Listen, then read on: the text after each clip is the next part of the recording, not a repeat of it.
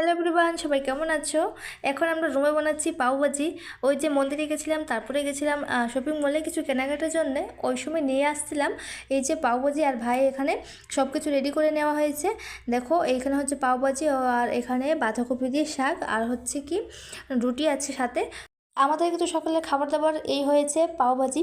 তো এখন হচ্ছে দুপুরে রান্না। তো আমরা ছোটোবেলার কথা বলছিলাম, মানে সবজি কাটতে কাটতে এদিকে সব কিছু রেডি করতে করতে আমরা কিন্তু ছোটোবেলার কথা ভাবছিলাম। আগে যখন মা বাবু একসাথে ছিল তখন আমরা কত সুন্দর ভাই বোন, কত ঝগড়াঝাটি, কত আনন্দ করতাম। কিন্তু ওই সময়টাই এখনও মিস করি। তো এই হচ্ছে দেখো, ভাই বলছে কি তুমি তো এখনও ছোট, আসো তোমাকে এখন আবার পিঠে বসে তোমাকে ঘোড়া চড়াবো। ভাই বলছে কি এখন তুমি বড় হয়ে গেছো, তো কী হলো, আমার কাছে তো ছোটই। কিন্তু মা বাবাও সেরকমই, মা বাবাও মানে সন্তান যতই বড় হোক না কেন, কিন্তু সন্তানরা মা বাবার কাছে ছোটই। শুধু মা বাবাকে একটু কেয়ার করতে হয়।